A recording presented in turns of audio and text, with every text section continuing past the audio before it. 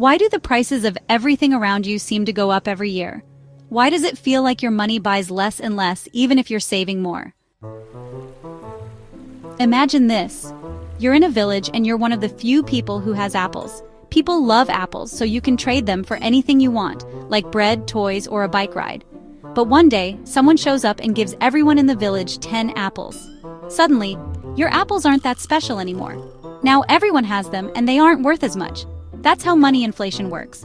When more money is printed or created, each dollar becomes a little bit less valuable. Your $10 can't buy the same amount of food, gas, or rent as it could last year. So here's the big question. Can Bitcoin be inflated like that too? Here's where Bitcoin is different. Bitcoin was designed to have a limited supply. Only 21 million coins can ever exist. That's it.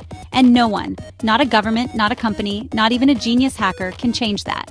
Every 10 minutes, new Bitcoin is created as a reward for miners who process transactions. But even this reward cuts in half every 4 years in an event called a halving.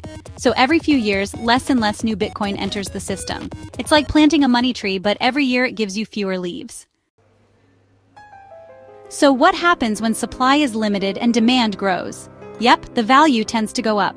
This is what economists call deflationary money. And this is why Bitcoin is sometimes called digital gold.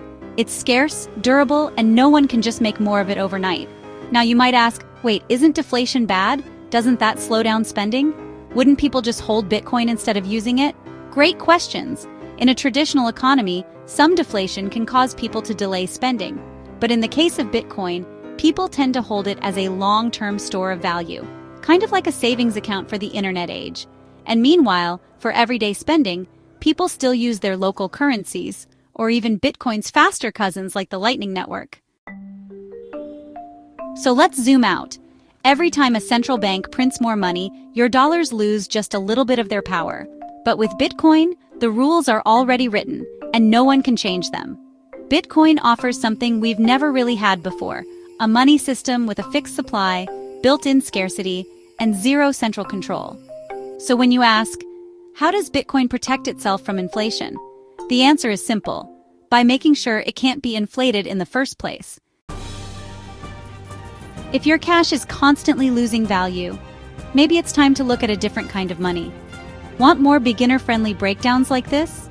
Hit subscribe, check out our full block and learn playlist, and don't forget, there's a link in the description to help you start exploring Bitcoin the smart way. You don't need to be an expert, just a little curious. See you in the next episode.